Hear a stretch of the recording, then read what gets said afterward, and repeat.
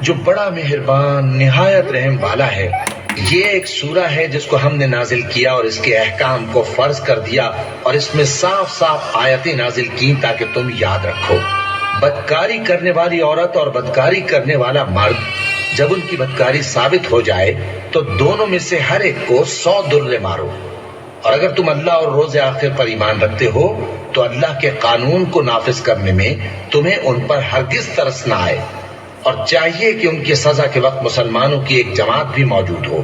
بدکار مرد تو بدکار یا مشرک عورت کے سوا کسی سے نکاح نہیں کرتا، اور بدکار عورت کو بھی بدکار یا مشرک مرد کے سوا اور کوئی نکاح میں نہیں لاتا۔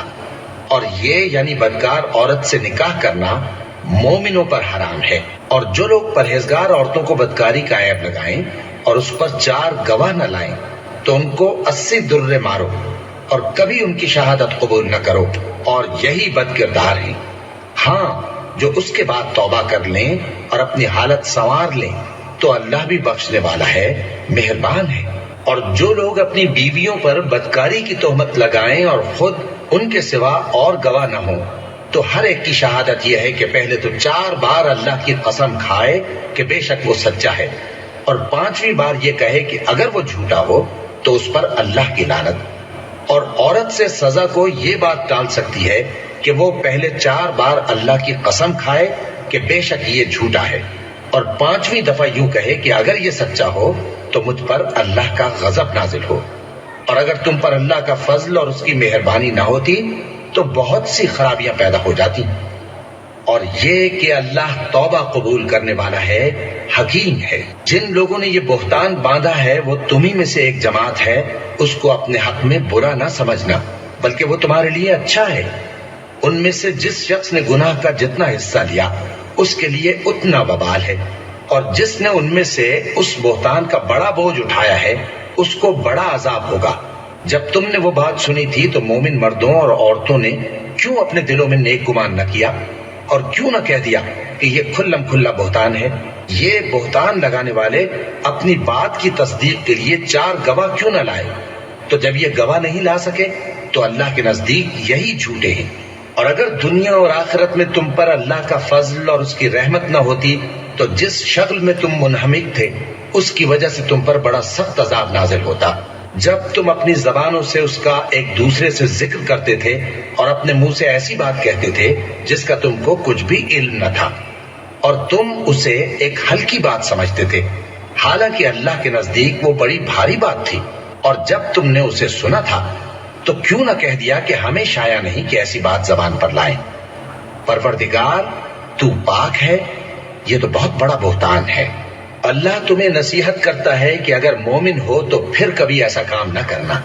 اور اللہ تمہارے سمجھانے کے لیے اپنی آیتیں کھول کھول کر بیان فرماتا ہے، اور اللہ جاننے والا ہے، حکمت والا ہے۔ جو لوگ اس بات کو پسند کرتے ہیں کہ مومنوں میں بے حیائی یعنی تہمت بدکاری کی خبر پھیلے، ان کو دنیا اور آخرت میں دکھ دینے والا عذاب ہوگا، اور اللہ جانتا ہے اور تم نہیں جانتے۔ اور اگر تم پر اللہ کا فضل اور اس کی رحمت نہ ہوتی تو کیا کچھ نہ ہوتا، مگر وہ کریم ہے، اور یہ کہ اللہ نہایت مہربان ہے، رحیم ہے۔ مومنوں، شیطان کے قدموں پر نہ چلنا، اور جو شخص شیطان کے قدموں پر چلے گا تو شیطان تو بے حیائی کی باتیں اور برے کام ہی بتائے گا۔ اور اگر تم پر اللہ کا فضل اور اس کی مہربانی نہ ہوتی تو ایک شخص بھی تم میں پاک نہ ہو سکتا، مگر اللہ جس کو چاہتا ہے پاک کر دیتا ہے، اور اللہ سننے والا ہے، جاننے والا ہے۔ اور جو لوگ تم میں صاحب فضل اور صاحب مال ہیں وہ اس بات کی قسم نہ کھائیں کہ رشتہ داروں اور محتاجوں اور وطن چھوڑ جانے والوں کو کچھ نہیں دیں گے، اور ان کو چاہیے کہ معاف کر دیں اور درگزر کریں۔ کیا تم پسند نہیں کرتے کہ اللہ تم کو بخش دے؟ اور اللہ تو بخشنے والا ہے، مہربان ہے۔ جو لوگ پرہیزگار اور برے کاموں سے بے خبر اور ایماندار عورتوں پر بدکاری کی تہمت لگاتی ہیں ان پر دنیا اور آخرت دونوں میں لعنت ہے، اور ان کو سخت عذاب ہوگا، یعنی قیامت کے روز جس دن ان کی زبانیں اور ہاتھ اور پاؤں سب ان کے کاموں کی گواہی دیں گے۔ اس دن اللہ ان کو ان کے اعمال کا پورا پورا اور ٹھیک ٹھیک بدلہ دے گا، اور ان کو معلوم ہو جائے گا کہ اللہ برحق اور حق کو ظاہر کرنے والا ہے۔ ناپاک عورتیں ناپاک مردوں کے لیے ہیں اور ناپاک مرد ناپاک عورتوں کے لیے، اور پاک عورتیں پاک مردوں کے لیے ہیں اور پاک مرد پاک عورتوں کے لیے۔ یہ پاک لوگ ان جھوٹوں کی باتوں سے بری ہیں اور ان کے لیے بخشش اور نیک روزی ہے۔ مومنوں، اپنے گھروں کے سوا دوسرے لوگوں کے گھروں میں گھر والوں سے اجازت لیے اور ان کو سلام کیے بغیر داخل نہ ہوا کرو، یہ تمہارے حق میں بہتر ہے، اور ہم یہ نصیحت اس لیے کرتے ہیں کہ شاید تم یاد رکھو۔ پھر اگر تم گھر میں کسی کو موجود نہ پاؤ تو جب تک تم کو اجازت نہ دی جائے اس میں مت داخل ہو، اور اگر یہ کہا جائے کہ اس وقت لوٹ جاؤ تو لوٹ جایا کرو، یہ تمہارے لیے بڑی پاکیزگی کی بات ہے، اور جو کام تم کرتے ہو اللہ سب جانتا ہے۔ ہاں، اگر تم کسی ایسے مکان میں جاؤ جس میں کوئی نہ بستا ہو اور اس میں تمہارا اسباب رکھا ہو تو تم پر کچھ گناہ نہیں، اور جو کچھ تم ظاہر کرتے ہو اور جو پوشیدہ کرتے ہو اللہ کو سب معلوم ہے۔ مومن مردوں سے کہہ دو کہ اپنی نظریں نیچی رکھا کریں اور اپنی شرمگاہوں کی حفاظت کیا کریں، یہ ان کے لیے بڑی پاکیزگی کی بات ہے، اور جو کام یہ کرتے ہیں اللہ ان سے خبردار ہے۔ اور مومن عورتوں سے کہہ دو کہ وہ بھی اپنی نگاہیں نیچی رکھا کریں اور اپنی شرمگاہوں کی حفاظت کیا کریں، اور اپنی آرائش یعنی زیور کے مقامات کو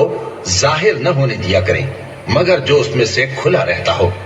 اور اپنے سینوں پر اوڑھنیاں اوڑھے رہا کریں، اور اپنے خاوند اور باپ اور خسر اور بیٹوں اور خاوند کے بیٹوں اور بھائیوں اور بھتیجوں اور بھانجوں اور اپنی جیسی مومن عورتوں اور لونڈی غلاموں کے سوا نیز ان خدام کے جو عورتوں کی خواہش نہ رکھیں، یا ایسے لڑکوں کے جو عورتوں کے پردے کی چیزوں سے واقف نہ ہوں۔ غرض ان لوگوں کے سوا کسی پر اپنی زینت اور سنگھار کے مقامات کو ظاہر نہ ہونے دیں، اور اپنے پاؤں ایسے طور سے زمین پر نہ مارے کہ جھنکار کانوں میں پہنچے اور ان کا پوشیدہ زیور معلوم ہو جائے۔ اور مومنوں، سب اللہ کے آگے توبہ کرو تاکہ فلاح پاؤ، اور اپنی قوم کی بیوہ عورتوں کے نکاح کر دیا کرو، اور اپنے غلاموں اور لونڈیوں کے بھی جو نیک ہوں نکاح کر دیا کرو۔ اگر وہ مفلس ہوں گے تو اللہ ان کو اپنے فضل سے غنی کر دے گا، اور اللہ بہت وسعت والا ہے، سب کچھ جاننے والا ہے۔ اور جن کو بیاہ کا مقدور نہ ہو وہ پاک دامنی کو اختیار کیے رہیں یہاں تک کہ اللہ ان کو اپنے فضل سے غنی کر دے۔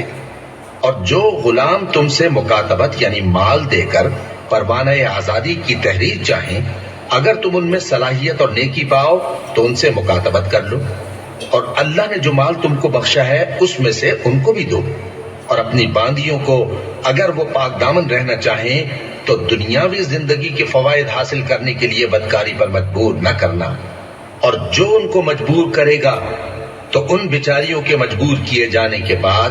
اللہ بخشنے والا ہے، مہربان ہے۔ اور ہم نے تمہاری طرف روشن آیتیں نازل کی ہیں، اور جو لوگ تم سے پہلے گزر چکے ہیں ان کی خبریں اور پرہیزگاروں کے لیے نصیحت۔ اللہ آسمانوں اور زمین کا نور ہے، اس کے نور کی مثال ایسی ہے کہ گویا ایک طاق ہے جس میں ایک چراغ ہے، اور چراغ ایک قندیل میں ہے، اور قندیل ایسی صاف شفاف ہے کہ گویا موتی کا سا چمکتا ہوا تارا ہے۔ اس میں ایک مبارک درخت کا تیل جلایا جاتا ہے یعنی زیتون کا، کہ نہ مشرق کی طرف ہے نہ مغرب کی طرف۔ ایسا معلوم ہوتا ہے کہ اس کا تیل خواہ آگ اسے نہ بھی چھوئے جلنے کو تیار ہے۔ بڑی روشنی پر روشنی ہو رہی ہے۔ اللہ اپنے نور سے جس کو چاہتا ہے سیدھی راہ دکھاتا ہے، اور اللہ جو مثالیں بیان فرماتا ہے تو لوگوں کے سمجھانے کے لیے، اور اللہ ہر چیز سے واقف ہے۔ وہ قندیل ان گھروں میں ہے جن کے بارے میں اللہ نے ارشاد فرمایا ہے کہ بلند کیے جائیں اور وہاں اللہ کے نام کا ذکر کیا جائے، اور ان میں صبح و شام اس کی تسبیح کرتے ہیں۔ ایسے لوگ جن کو اللہ کے ذکر اور نماز پڑھنے اور زکوٰۃ دینے سے نہ سوداگری غافل کرتی ہے نہ خرید و فروخت، وہ اس دن سے جب دل خوف اور گھبراہٹ کے سبب الٹ جائیں گے اور آنکھیں اوپر چڑھ جائیں گی ڈرتے ہیں، تاکہ اللہ ان کو ان کے اعمال کا بہت اچھا بدلہ دے اور اپنے فضل سے زیادہ بھی عطا فرمائے۔ اور اللہ جس کو چاہتا ہے بے حساب رزق دیتا ہے۔ اور جن لوگوں نے کفر کیا ان کے اعمال کی مثال ایسی ہے جیسے میدان میں ریت کہ پیاسا اسے پانی سمجھے،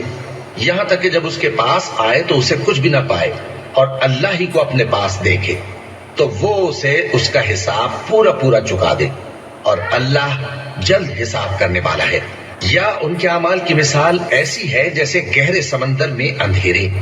جس پر لہر چڑھی چلی آتی ہو اور اس کے اوپر اور لہر آ رہی ہو اور اس کے اوپر بادل ہو، غرض اندھیرے ہی اندھیرے ہوں، ایک پر ایک چھایا ہوا، جب اپنا ہاتھ نکالے تو کچھ نہ دیکھ سکے۔ اور جس کو اللہ روشنی نہ دے اس کو کہیں بھی روشنی نہیں مل سکتی۔ کیا تم نے نہیں دیکھا کہ جو لوگ آسمانوں اور زمین میں ہیں اللہ کی تسبیح کرتے رہتے ہیں، اور پر پھیلائے ہوئے پرندے بھی، اور سب اپنی نماز اور تسبیح کے طریقے سے واقف ہیں، اور جو کچھ وہ کرتے ہیں سب اللہ کو معلوم ہے، اور آسمان اور زمین کی بادشاہی اللہ ہی کے لیے ہے اور اللہ ہی کی طرف لوٹ کر جانا ہے۔ کیا تم نے نہیں دیکھا کہ اللہ ہی بادلوں کو چلاتا ہے، پھر ان کو آپس میں ملا دیتا ہے، پھر ان کو تہ بتہ کر دیتا ہے، پھر تم دیکھتے ہو کہ بادل سے مے نکل کر برس رہا ہے،